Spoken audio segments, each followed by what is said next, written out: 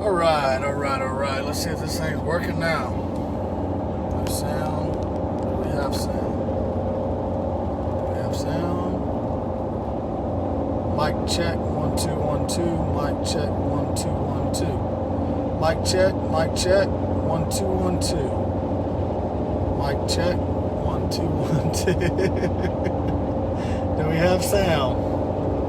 Do we have sound? I hope so.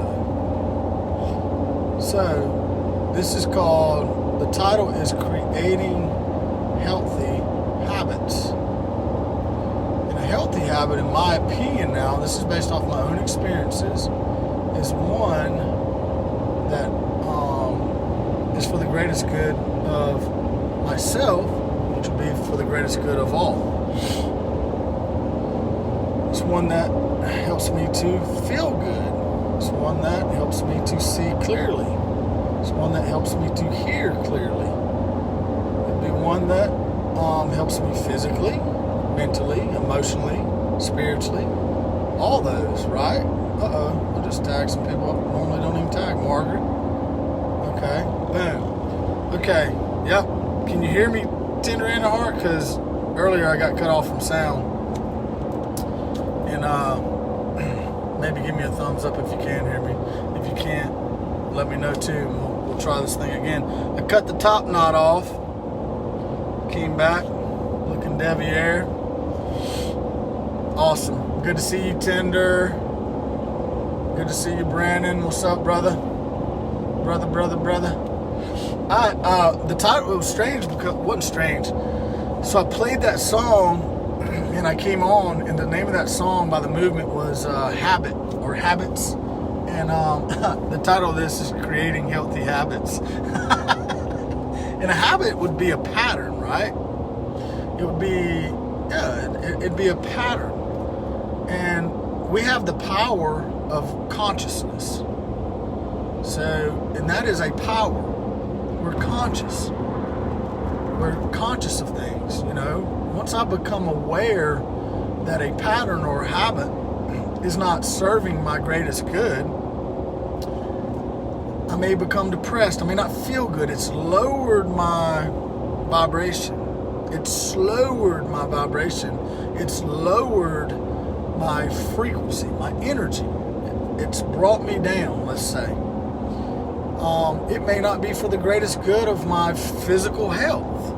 Like, if I came home every day and at lunch and then I came home at dinner and I ate a quart of ice cream every day, and which is full of sugar, and I drank Coca-Cola and Dr. Pepper all day every day, which is full of sugar, for me that would not be for my greatest good, and I would probably start to not feel so well.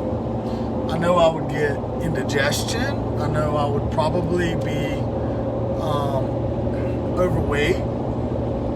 I would feel sluggish. I've done these things, and I'm talking, let me put this disclaimer out there. What I'm sharing today is based off of experience. I've read some books on neuroplasticity and the way repetition works, but I first found out through experience. So I've experienced some things in my life. Now, the thing about a pattern or a habit is we can create healthy habits, patterns in our lives. We can create unhealthy habits and patterns in our lives. We have the power to consciously choose to do either one.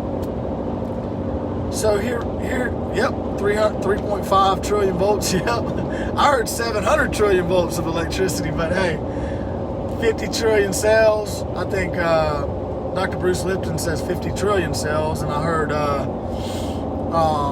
David Carson say 35 million or trillion cells. So, and then each cell carries somewhere around 1.4 volts of electricity, and when all working in harmony and unison to the one sound, the one voice, the one idea, which all tapping into 100% of your vascular system that carries oxygen and carries thought and idea to every cell. And when you tap into that, and we're in harmony because we have clarity of image, then we're tapping into using the full potential and operating at full potential of this advanced technology that we are. So, however many volts of electricity that is, it's a lot. I would call that what the Bible called dunamis power. Bam! Zapping people, And I believe that's how healing works, is we're channeling our own energy, right? Inner chi, inner G, inner God, energy, electricity, movement, vibration, frequency, light, electricity, right? And we're also able to project images, right? But that's way off topic for me today. What I really wanted to talk about is the power to choose and the power to believe and the power to use your own self-control, you could call it, your own discipline, the power to choose each and every day.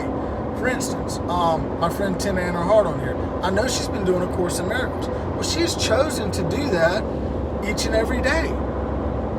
Through her power, the power of consciousness, she's chosen to do that. Why would anybody choose to do that? Well, to serve my greatest good. To have a clearer image of myself, maybe. To hear my inner voice more clearly.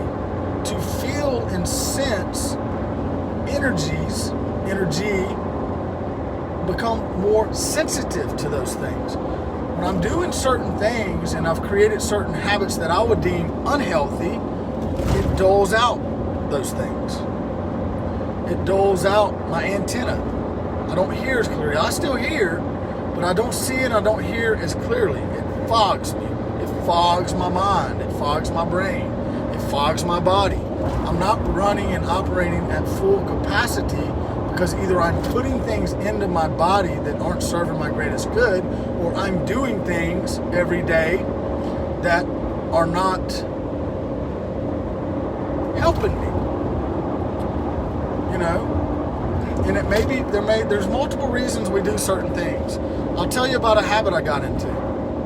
So from age 12 till 36, I drank and drugged. Hardcore. I started off by peer pressure because I feared being rejected and being abandoned and being alone. And so I was very susceptible. I had a low self-esteem. Although I was very, very, very good at sports, I was very popular at school. I think I'm a pretty good-looking guy. I had girlfriends and stuff and friends. I had a low self-esteem. I had something happen to me when I don't even know how old I was, maybe 4, maybe 5. I can't remember the exact age. But I had a homosexual act happen to me. And, at that age, you don't know what, but the thing that was traumatic for me was not the act that took place. It was, and this is where it gets real crazy. This is why you can't really trust your memory, because it's distorted. So I remembered my stepdad walking in and blessing us out, and that was traumatic for me. And then I remember standing in a tub, being, blessed out, cursed and everything, and with soap in our mouths, naked. That's what I remember. I later found out at age 30, just a couple of years ago. That's the way I remembered it my whole life. Nuts. I later found out it wasn't my stepdad, it was my mom. So somewhere in my mind, the memory was changed for me to remember it being my dad versus my mom. Why that happened, I'm not real sure. Some of you may have a better idea than me. All I know is it switched it on me, and that's the way I remembered it. And I did not find out what truly went down until I was like 43 years old. And so the memory was not true. It's not even what really happened. But that event affected me my entire life. So starting at about age 12, I started drinking because I got peer pressured into drinking. Now, I used to hear the voice so clearly as a child. Which way to go? Which path to take in the woods? The people that I needed to go hang out with. the people that I didn't need to go hang out with. Different things like that. Go over there, Alec. Don't go over there. And I used to follow it so clearly. But when that happened to me, I began to feel different. I didn't feel like everyone else. Even around family, I felt alone. Like I was different. Like everybody knew. And there was something wrong with me, right? So through that, things like my self-esteem became very low. I began to identify with the event that happened to me, and so I was very easily persuaded because I didn't want to be rejected. I didn't want to be abandoned, and lots of things played into that. Divorce, my biological dad not being around ever, things like that. Not feeling like I measured up, not having my biological dad at my sporting events. When he would show up, I would really go off, I would really just have these extremely good games and things, and because that feeling of not measuring up, that I had to do better. Sorry about that.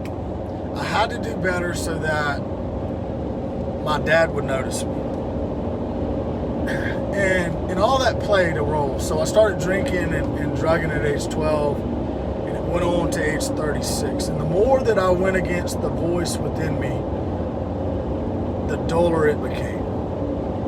The easier it became not to listen to it and just to go off and do these things. Now, I would wake up feeling horrible, after doing things. Even during, sometimes I would be like, oh, I don't need to be doing this. It amazed me at the people that could just do it and seem to not be affected by the things that we were doing. And so over years, I created, this went on for years, I created a very unhealthy habit. Probably because I didn't want to deal with the pain, and I couldn't. I had no idea how to deal with the emotional pain. And because, we're taught that certain feelings and emotions as men, like crying, you're told to stop crying, and like anger, you're told it's bad, and certain feelings, frustration, when you get frustrated at a child, then your parents get frustrated at the child. The child is having a hard time communicating how they feel, and the parent gets frustrated. Well, that's teaching the child to resist those feelings. And in the resistance, we suppress those feelings and we oppress those feelings. And the feelings, the memory becomes trapped in the body and in the lowest parts of our earth. The limiting thoughts and beliefs and memory, And hey, Donald, I love you too. And so these things were going on. So I created. Now I chose. Nobody forced me. But because of my own low self-esteem, and as a child, the things that happened to me that I wasn't seeing clearly, the way I perceived it, as I wasn't really an outcast. I wasn't really alone. I wasn't really different. But those thoughts, because of what had happened to me, were ruling my life. And so over all this time, I created this very unhealthy habit of over drinking to the point where I would black out and drugging. I did all kinds of drugs and things, all because I was self-medicating. I was a little boy stuck in a grown man's body emotionally,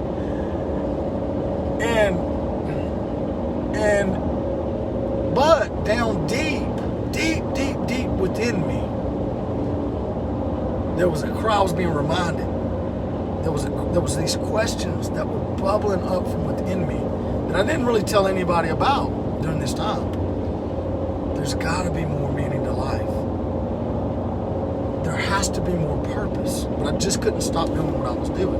Now, there's lots of science out that talks about endorphins and dopamines and all those things that my body was producing chemicals. I'd become addicted to the chemicals, and so the body was running my life. When I needed a fix, it knew how to create a problem that would trigger me, and I'd go out and get my fix. Same thing happens with people that grew up in very traumatic and dramatic family environments. they become addicted to the drama. They're not addicted, so to speak, to the drama taking place and the trauma.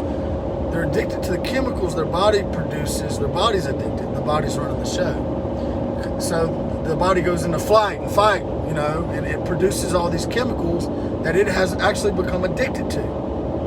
And so when it needs its fix, it will create a problem. It will project something upon someone else. You will project something upon someone else to start a fight, to create the drama that the body needs to get its fix from the chemicals. Now, most people aren't aware of this. And the question remains within me is, can you consciously decide to make that change if you're not aware of it? I don't believe you can. So who brings the awareness? Where does that come from? It comes from you. It comes from your authentic self. Where do the questions come from, if not you? You, that divine being, that child, the observer within. You, that energy, that inner chi, that inner God, that source that is you. So the questions start bubbling up within me over these years. Who am I? There has to be more meaning and purpose to life than the way I'm living. What is the purpose of life? This can't be it. If this is it, I'm checking out. I don't want it anymore. It's boring. I became bored with doing the same thing every day. Wake up. Now, in my 30s, I became very bored with it. I had to find new things, new ways of having sex, new sports, more adrenaline, more fights, harder drinking, harder drugs, but all of it lost its taste. It had all become very dull to me. And I became very bored with life, period. And I said, this can't be it. Inside now, what's the real meaning of life, Alan? What's the purpose? This can't be your purpose. Who are you anyway?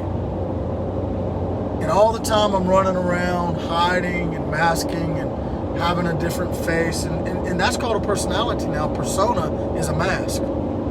Persona is a mask. It's an illusion. All the time I'm running around acting and behaving like another's image, not being my authentic, unique self. I had a mask for my family. I had a mask for church people. I had a mask for my rugby buddies. I had a mask for my party friends. I had a mask for my girlfriend. I had a mask for my dad. I had a mask for my mom. I had a mask for my grandparents. I had a mask for business. I had a mask for everybody. I was playing a part in a role that I had been taught and that I had thought, and it was another's image. All the time not knowing who the hell I was. Not knowing what the purpose and meaning of life was. And so that heart cry began to go out. Now we know that when your heart, when you start to ask those questions, what's the purpose of life? The answer's coming. That sound, that vibration that's coming out of your heart, that's a declaration. That is your proclamation. That is the Rhema word, the sound. And things start to align. It may not happen suddenly. It may happen suddenly. It may happen over time, but that heart desire, what is the meaning of life? Who am I? Who is everybody else? What's the purpose? That question, that sound went out into the universe, and the universe began to align in my favor. And at age 36, this went on from 12 to 36. At age 36, when I had basically gotten to the last house on the block, and I felt like there was no one I could call, And things didn't align. I'd met a man through a girl that I was chasing that had moved in with me, who started having these little church meetings in my house, who had bought me a Bible that sat on my table that I dusted off so they thought I read it when they would come in. And I would act like I knew what they were talking about. And then one day,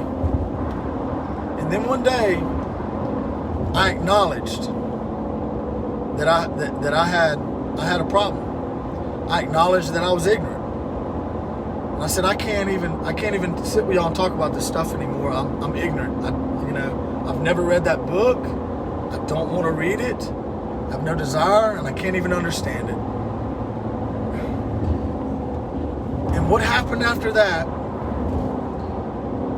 is one night, that group that was coming and meeting at my house, the leader, something had happened, he couldn't make it.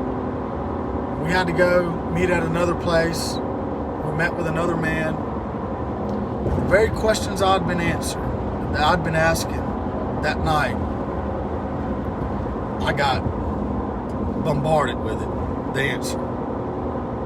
I mean, it hit me so hard. That man stood in front of us, and he said, the first thing that came out of his mouth when he looked at us, he said, do you hear God's voice?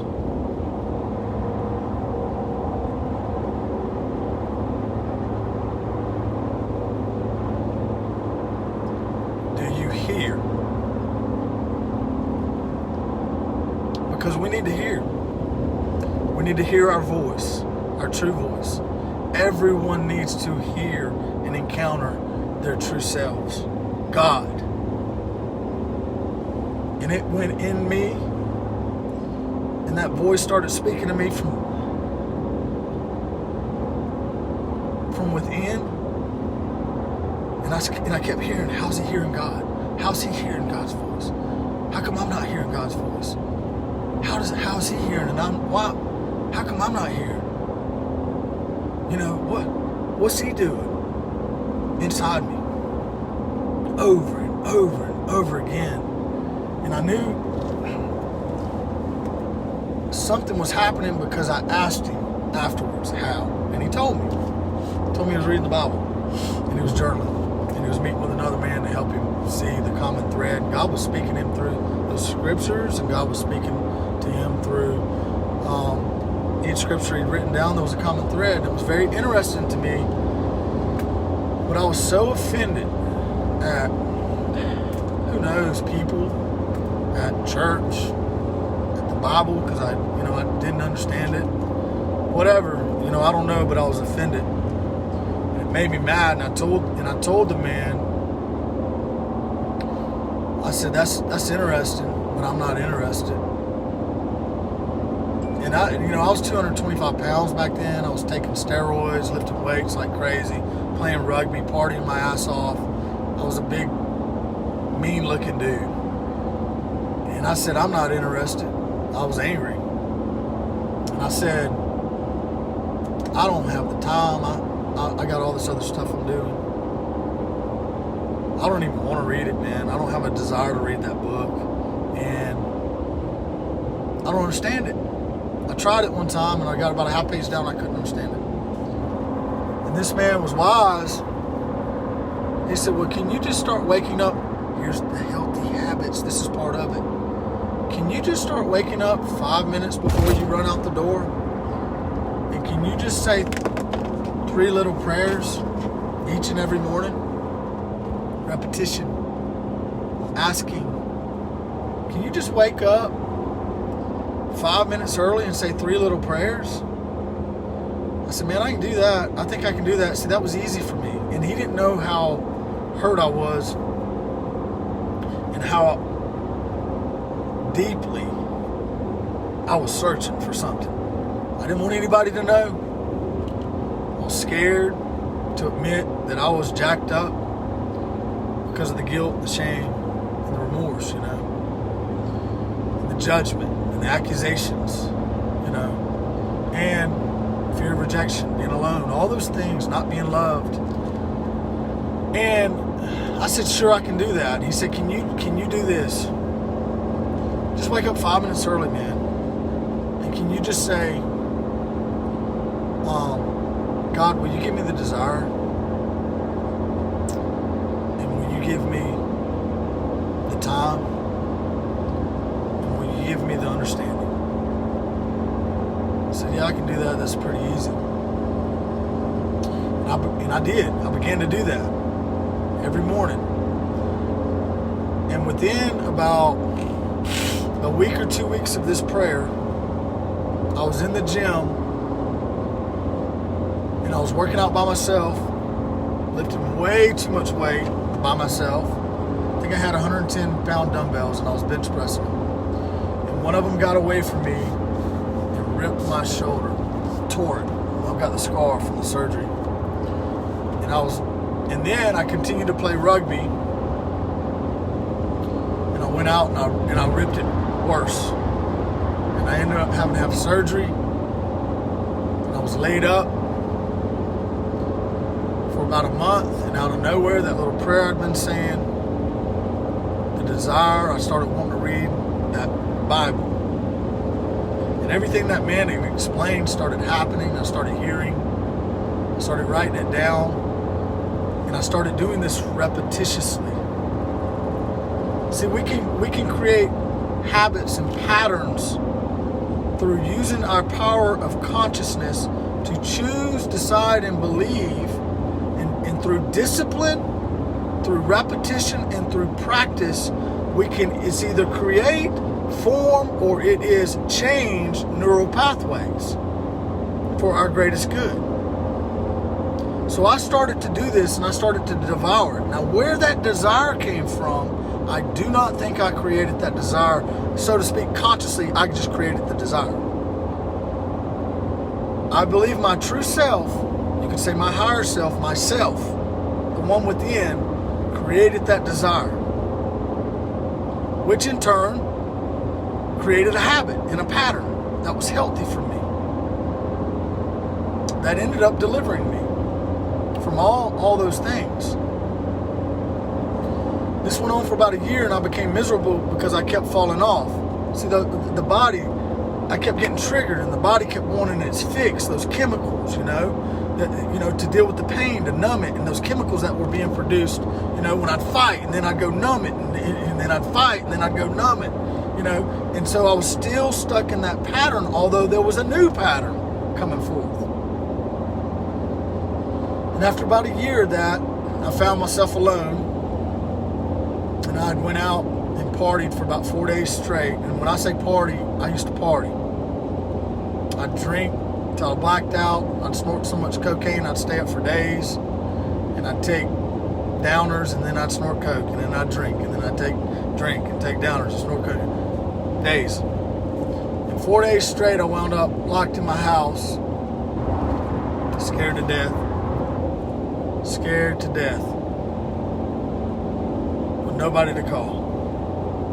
I felt like I had nobody that could help me. I felt like I was too scared to call anyone. I didn't want anyone knowing the condition I was in and what I was really doing behind the scenes. And in that place, it was the best place I could have ever been. And what happened from there is pretty unexplainable, but I had a divine encounter.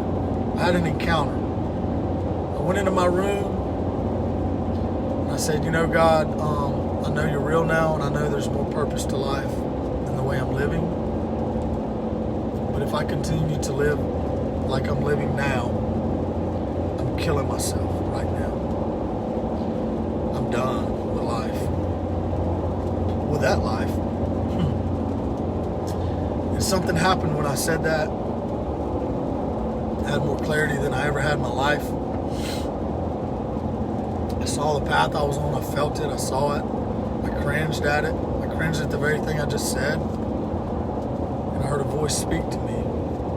Outside, inside, all over. Kingdoms within and without. Right? Heavens within and without. There is no in or out. It's all one and the same. And from that day, this is where the healthy patterns come in, through repetition. At first, it will feel mechanical. I started to go to AA. They taught me how to pray. I was told in 30 days, now this is from my experience, within 30 days, I was told, pause.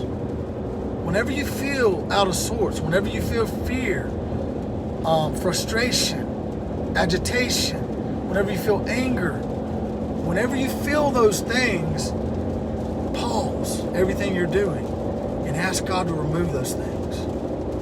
Pause and ask. Pause and ask. Pick up the phone and call your sponsor. Pick up the phone and call another man. Pick up the phone and call somebody.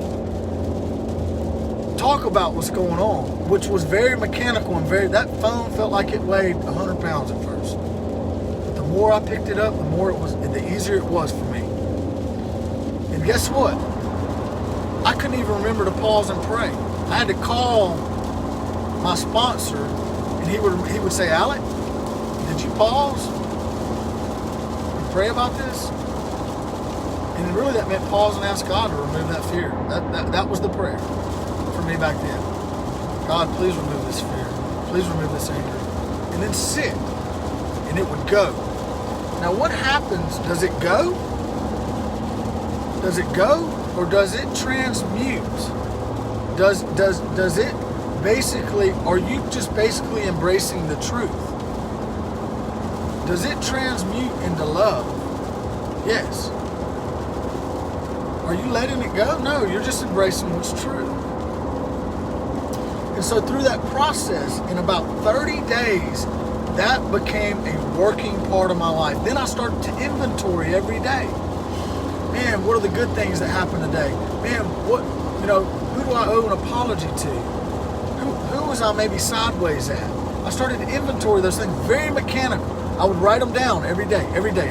I'd write it down. And I'd pray. I'd write it down, and I'd pray. What was I doing through that discipline? I was creating and changing neural pathways, neuroplasticity. I was creating healthy habits. And then it became a natural part of me. It just is naturally, I do it all day long. It just flows and goes, and because it's naturally me. And so over time, I also learned, I still didn't really know who I was, so I had bought a book called Who I Am in Christ. I'd seen through the scriptures that as he is, so am I. So I am as he is, right? So who is he? Because everything it says about him, and is he God? And okay, so who am I? Okay, that too. So everything it said about him, about Jesus, and about God, it is the same for me. There is no difference. So I said, this is how it happened. I was still getting very offended. All these miracles were happening around me after that encounter. Healings, miracles, all kind of crazy stuff was happening all the way around me. Dreams and visions, you name it, it still happens. But I was still becoming so offended and angry all the time. And I looked at three men that I looked up to. One was Todd White at the time. One was Dan Moeller, and one was Bill Johnson. I looked up to those men at this time of my life. And I remember Dan and Todd saying, Dan had said he hadn't been offended in, I forget how many years. He'd been walking in non-offense. And Todd said the same thing. And then Bill, it just showed so much love. I could see so much love in the man. And really. And I said, what are those guys doing that I'm not doing? And I found out what they were doing. Dan said, I filled Todd up with his value. I only preached righteousness. I only told him of his right standing. So he filled him up with value. And Todd said he only fills himself up. Sorry, another phone call. And then Bill Johnson said something that was very profound to me at the time. He said, I can't afford to have anything up here, any thought up here that God does not have about me. And I said, well, golly, God must only think good things about me and only my value and only my worth, right? So I began to dig into the scriptures to see who I was, because I saw that as He is, so am I. So everything that He is, I am. So every morning I would wake up. This is when I was in Selma, Alabama. I'd wake up from 3 to 4, and I had found a book of scriptures that said that stated who I was in Christ. I said, well, I'm in Christ, so that's who I am. So I started to read every one of these scriptures in the mornings. I'd read a page every morning. And there'd always be one that jumped off the page at me, or there was one that I had a question about, or there was one that good Lord, these text messages. I'm on a group text and it's going crazy. Or there was one that I related to, and I would write it down. And I would rewrite it in my own words. And I would even talk about it, and I would contemplate it all day. And, and I would think about it all day long. I'd even sometimes carry one in my pocket so I could pull it back out, and I'd even try to remember it at times. And until it became my own words, and until I could just say it. And not even in King James language or Bible language or none of that, my own language. And I did this what happened is, as I did this, in 30 days, I woke up one morning after about 30 days of this, and I sat up in the bed, and all that stuff I'd been reading and contemplating and chewing on and meditating on and thinking about and rewriting and talking about, I woke up and I felt as if everything I'd been reading was me.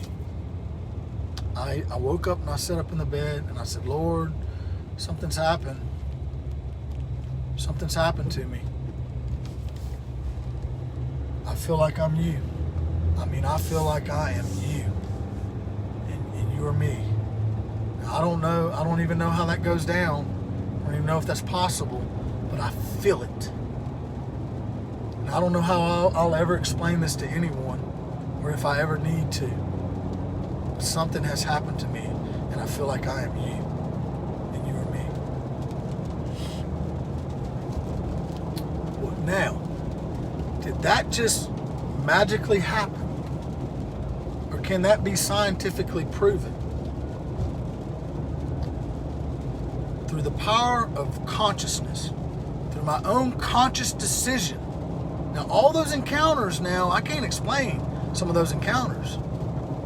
But once I became aware and I was awakened, now I can choose. Now I've got a choice. Now I can feel. Now I can be in the present moment. Now I know when I feel uneasy. Now I can bring myself back into peace. Now I can choose to put practices and disciplines in place that I feel are for my greatest good, that are healthy, that are for the greatest good of all. Now I can take responsibility for my own life. Now I can work through the conditioning. I know it's there. I can work through it. So over 30 days, I woke up and I felt like I was every scripture I just read. And I said, I feel like I'm you. Now, how did that happen? Through discipline, through repetition, through contemplation, through words and speaking, through imagination, but mainly through discipline and repetition. Now, I didn't just read it. I devoured it. I chewed it. I consumed it. I digested it. It became part of me, which it was already. The truth was unveiled when I woke up that morning. It was already there in 30 days. So if that happened in 30 days, why not double it? So if a new neural pathway, you could say, was formed or changed or revealed in 30 days, and if that new neural pathway is not quite fixed yet, meaning it's temporary, how does it become fixed? I continue on. I continue to choose. I continue to wake up every day and be thankful. to evoke gratitude, put my feet on the ground, to make that choice. I continue to choose to be happy, to help others. Now here recently, I've decided, they say 66 days. I said 60 days because I'm going off my own experience. So in 30 days, if I formed a new habit and I expand it and formed a new neural pathway or whatever you want to say there, whatever really breaks down there, some of you probably know the science behind it better than me. So why not go 60? Why not create a way of life? A way of life. Not a religion, not something I'm just doing. A way of life that's naturally who I am. Everything I've been talking about goes in line with this. When you feel uneasy, when you're aware of that feeling that I'm uneasy, I'm out of whack here, I'm diseased, I'm not at ease, I'm not in harmony, something's going on here, what do? I relax, I slow my breathing, I drop down within, I melt myself in the chair, I drop down within, and I encounter peace and tranquility. Well, that's my natural state of being. Well, the more I encounter that, the more I do that practice, this is my belief, 30 days, 60 days, the more it becomes a way of life. It naturally becomes who I am. The more I encounter myself, my true state of being, the more I experience myself, my true state of being, the more I experience myself, the more I know myself. The more I know myself, the more I be myself all the time. So, here recently, I went through a divorce. It'd been going on for a while. Everything crashed down around me. I had to dissolve my business that I'd been talking about. That was from God. This is from God. This is a vision, What crashed? Everything crashed down around me. I had to file Chapter 7 bankruptcy. I was homeless for a while. I lived in an RV for a little while. And I don't think I told anybody any of this. I'm just getting real with you. And it was very painful, again, the things I was dealing with, because through that, the manifestation of the things I'd feared, Job, it all came to light. It was all revealed in my life. I saw that I had an underlying belief, a very limiting thought and belief, that I was going to fail at everything I did. And so I had set up safety nets. Well, when I fail this, I can go back to this. Well, what manifested that fear of failure? Did it have to manifest? Yes. I realized that I had manifested the very thing that I feared. Failure. Rejection. All those things. It was deep down in there now. So everything crashed down around me. And right at the time that I was learning the mechanics of manifestation and expression and idea and how it's conceived in our divine mind and brought forth as expression and manifest as form, well, I manifested something that was so crazy it all crashed down around me. I ended up homeless. Then I ended up living in an RV for a little while. Divorce, and so down deep there were all these limiting thoughts and beliefs that I had about myself that had to be dealt with so that I can experience the blessing of my latter years. And what's the blessing? What's my inheritance? What is that? What is the purpose? What is my purpose? What's to be me? That's it. The Christ. The unique expression of the one and only being that I am. And to be that freely. My only purpose, your only purpose, is to be you. The true you, the authentic you. And to be free in that.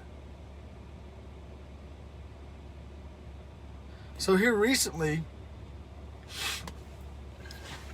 I've decided, and through that now, I started to drink, it started with a couple of beers, and I drink, I was drinking the 8%ers and 9%ers, and telling myself it's because they taste good. And it got to where I was drinking 2, 3, 4, 5, even 6 of those every night. Home alone. Poor, pitiful me. Working too hard, doing everything. I can't see my kids. And I'd go home and sit on the couch and drink and smoke and pass out every night. And down deep, it's so weird. I told myself, you're creating a habit. A habit that was not very healthy for me. Started to get indigestion again, and then and anxiety and all these things, you know. And through that, though, one morning, not too long ago, I woke up and I said, you know what? Today's the day. Today's the day to change. And how did I do that? First, I acknowledged that it was all going on within me. I took the power back. I stopped justifying and blaming everything around me. I acknowledged it. And once I acknowledged this, I took responsibility. I was aware what was going on. I acknowledged it, and then I consciously made a choice to change the pattern, to change the program. I said, this is what I'm going to do from this day forward. This is the discipline. I even said, God, help me here. Help me. Give me the power, the desire again. Let's change this up. Because I want to burn forever. Burn. I want to continue to release and to teach and to help. To be on fire for people. For love. And I can't do that when I'm doing things that hinder that. Me, this is my choice now. I'm not saying I'm not condemning anybody that does. I'm not. I don't think there's anything wrong with it now. But it hindered me. I caught myself not wanting to pray with people because I had had a beer. And they'd smell it on my breath and I was ashamed of it. The guy, you know. I caught myself not wanting to help people, not wanting to have people over, isolating, not being real. And I woke up and I said, you know what? I'm changing this up today. So now I'm waking up. It's 3:30 to 5:30, whatever, 4:30. I wake up early. I stretch. I begin my day by thinking, being thankful. Thank you, God. Thank you, universe. Thank you for life. Thank you for this breath. Thank you that I can feel this bed. Thank you that I can stand up and walk today. Thank you for this roof over my head. Thank you that I have air conditioning. Thank you that I have running water. Thank you I've got food to eat. Thank you for those birds I hear out there chirping. Thank you for my dog that loves me. Thank you for my children. Thank you for our wholeness and our health. And what that does for me is it puts me in a mood of gratitude. It evokes the feeling of gratitude. And gratitude attracts abundance. It just does. It's a good vibe that attracts good vibes because like energy attracts like energy. Now, will you get faced with the contradictions? Of course. You say something good, you're going to hear something bad. You say something uplifting and encouraging, you're always going to get faced off with things. But you're an overcomer. All that failure in my life I looked at as failure. You know what? It was never failure because I never laid down. I never gave up. I've never given up. I continue to get back up each and every day. I've been knocked down, beaten, tongue lashed, you name it. Run out of towns, rejected, name it. It's happened. Bankrupted, lost businesses, lost tons of money. You name it. But I have not laid down because it's not my nature. It's not my nature. I'm a finisher. I'm a winner. See, we got to do this. This is how it's got to happen. You don't lay down. You get back up. You never stop. You make that choice. This is how it's going to go down. Write it out. This is what I'm going to do. And do it. Make a list and check it off. It feels good to do it. So I said, you know what? I'm going to create healthy habits. I know how to do it. And I'm starting here. So what are we doing? Well, I wake up early. I start by gratefulness, thankfulness. Then I stretch a little bit. I stretch. You ain't got to have a time limit. Stretch till you don't feel like stretching anymore. Why? It loosens the body. It prepares the body for that oxygen I'm about to bring it. That breath of life. It loosens everything up. You can get more oxygen to your muscles and stuff. And then I go into my breath work. This is me now. This is what I'm doing. This is my discipline. I've been doing breath work for I don't know, probably a year and a half now, every day. I've missed only a few. It helps. I feel healthy. I feel good. I have more energy. I eat less. I'm eating clean. I chose to do this. My clean version now. Eat a lot of meat. So I'm waking up. I posted it up. 60 days. And it's just a way of life. It just continues. I wake up early. I've been waking up early for a long time. I can hear clearly early in the morning. I do my breath work. I sit. I meditate. I read something inspirational. I'm doing a Course in Miracles. I contemplate. I do these meditations throughout the day. It helps me to stay present. It helps me to be aware.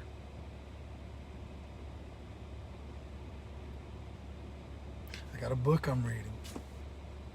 So I wake up early. I stretch. I do my breath work. I read something that's inspirational that I can contemplate and meditate upon all day. See, this all helps to expand. I'm doing things. These are healthy habits. I exercise 30 minutes to an hour every day. I take off the weekends now. I'm eating clean. I eat clean. I've decided to eat clean. What's clean to me? Removing sugars. Because I found that I was addicted to sugar. I don't want to be addicted to jack, except for the presence, love, peace, harmony, joy. That power.